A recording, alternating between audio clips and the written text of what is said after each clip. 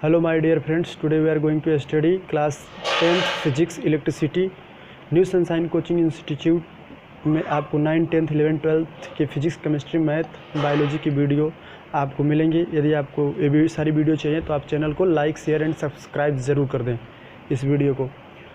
चलिए दोस्तों, हम आज बात करने जा रहे हैं ओम्स लॉ की। ओम्स लॉ बहुत ही इंपॉर्टेंट क्वेश्चन है बोर्ड के हिसाब से। इस पर न्यूमेरिकल बेस आते हैं और आगे के न्यूमेरिकल भी लगाए जाएंगे और इस पर ग्राफ वाला भी क्वेश्चन आमतौर पे आता रहता है।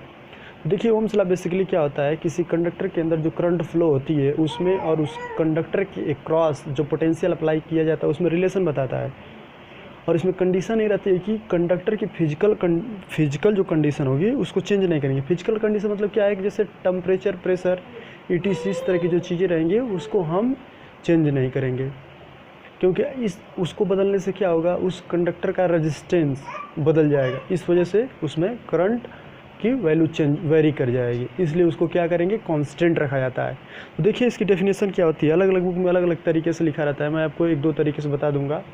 तो देखिए, if the physical condition such as temperature, pressure, ETC are kept at constant, यदि आप किसी कंडक्टर की फिजिकल कंडीशन जैसे टेम्परेचर, प्रेशर, ETC को कांस्टेंट रखा जाए, the electric current passing through a metallic wire is directly proportional to the potential across its end. तो उस मेटेलिक वायर में फ्लो होने वाली करंट उस मेटेलिक वायर के अक्रॉस अप्लाई किया गया इलेक्ट्रिक पोटेंशियल के डायरेक्टली प्रोपोर्शनल होगा। एक तो ये डेफिनेशन है। दूसरी डेफिनेशन आप इसी को दूसरे तरीके से बोल सकते हैं, if the physical condition such as temperature, pressure, ETC are kept constant, the electric potential across the end of the conductor and electric current are directly proportional to each other. आप इसी को इस शब्दों में कह सकते हैं।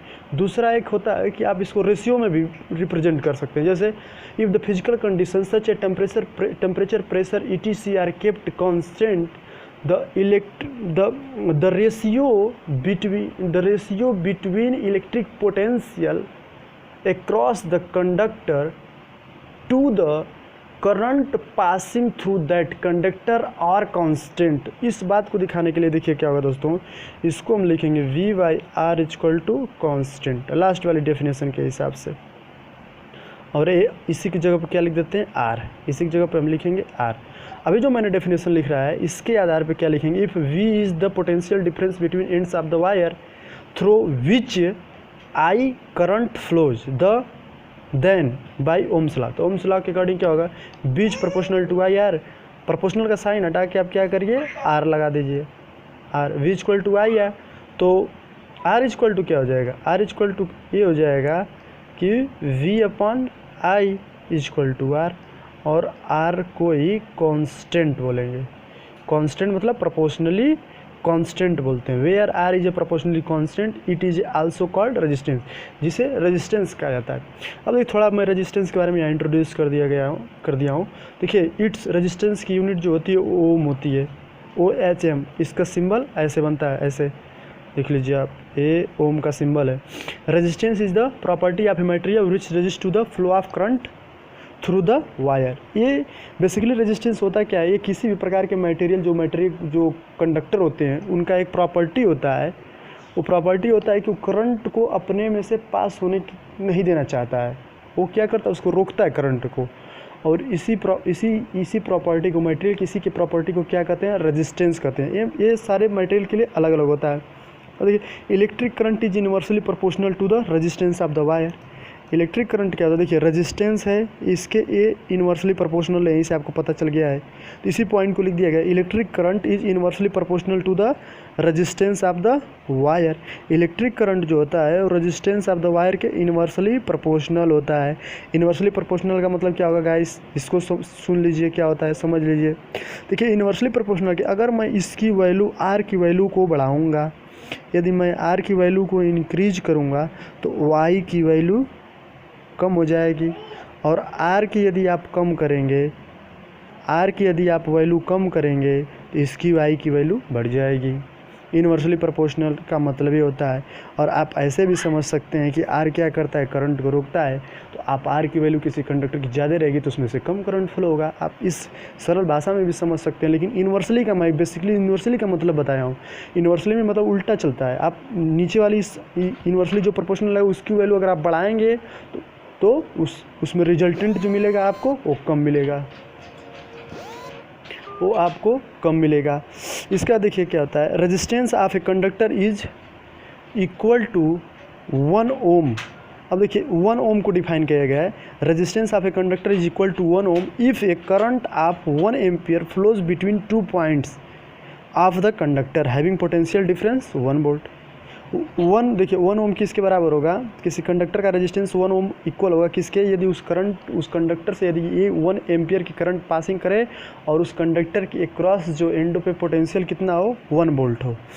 अब देखिए इसमें जो मेन पॉइंट ये है कि ये देखिए V is directly proportional to I, V is directly proportional to I होता है। इसका मतलब ये हो गया फ्रेंड्स कि इसके बीच में जो ग्राफ खींचा जाता है वो ग्राफ क्या मिलता है, स्ट्रेट लाइन आपको ग्राफ मिलेगा, स्ट्रेट लाइन आपको ग्राफ मिलता है, स्ट्रेट लाइन ग्राफ मिलेगा।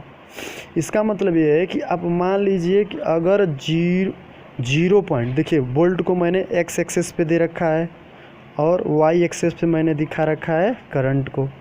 अगर आप 0.4 वोल्ट, ये 0.4 वोल्ट दिए और इसमें से आपको 0.1 एम्पियर की करंट अगर मिलती है तो इसका डबल करने पर करंट भी डबल मिलना चाहिए, करंट भी आपको डबल मिलना चाहिए। जैसे 0.8 वोल्ट आप वोल्टेज अप्लाई करेंगे तो करंट इसका पहले का डबल हो जाएगा, तो डबल होना चाहिए। डबल का मतलब ये है कि पहले जितना बड़ा और उतना ही वोल्टेज आपने, जैसे मान लीजिए स्टार्टिंग में आपने 2 वोल्ट दिया, चलिए 2 वोल्ट दिया, करंट आपको मान लीजिए 1 एम्पियर मिल गया, सपोज दैट मान के चलिए। फिर आपने क्या 4 वोल्ट कर दिया, वोल्टेज को आपने बढ़ा दिया, तो वोल्टेज आपने 4 वोल्ट किया तो करंट क्या होगी, 2 एम्पियर पे 2 वोल्ट पे 1 एम्पियर था, तो 4 वोल्ट पे कितना हो जाएगा, इसका डबल होना चाहिए 2 एम्पियर। तो इस तरह से बढ़ता चला जाए एकदम। तो इस तरह का जो ग्राफ मिलेगा वो लीनियर मिलेगा। और इसी में होता है कि ये डायरेक्ट बोलेंगे कि V is directly proportional to I, directly proportional मतलब ये भी होता है। तो ये ग्राफ समझ में आया। ये ग्राफ आपको आमतौर पे प्लॉट करने के लिए पेपर में आ जाता है। इस ग्राफ को आप इस फार्मूले से आप न्यूमेरिकल लगाएंगे, न्यूमेरिकल लगा के वैल्यू निकाल के सारा ग्राफ प्लॉट करना पड़ता है। तो इस ग्राफ को आप ज़रूर सीख लीजिएगा क्योंकि पेपर में आमतौर पर आता रहता है, मैं कईयों बार देखा हूँ। तो इस चीज़ को आप सीखिएगा। तो इस वीडियो में इतना ही गाइस। आपको मैंने ओम्स लॉ के बारे में बताया, ओम्स लॉ का ग्राफ बता दिया, रेजिस्टेंस के बारे में आपको थोड़ा बहुत जानकारी दे दी गई, रेजिस्टेंस की यूनिट बता दी गई है। इसके बाद अगले वीडियो में हम रेजिस्टेंस की प्रॉपर्टी के बारे में बात करेंगे। रेजिस्टेंस किसी कंडक्टर के किन किन बातों पर, किस किस चीज़ पर डिपेंड करता है। तो अगले वीडियो का आप इंतज़ार करिए। Okay, thank you. वीडियो लगा हो तो लाइक शेयर सब्सक्राइब ज़रूर करें। और किसी भी प्रकार के 9, 10th, 11th, 12th के फिजिक्स के क्वेश्चन में अगर कोई दिक्कत होती है तो कोई क्वेश्चन आप कमेंट बॉक्स में जाके कमेंट करके आप मुझसे पूछ सकते हैं। आपके क्वेश्चन का आंसर मैं ज़रूर दूंगा समय निकाल के। Thank you.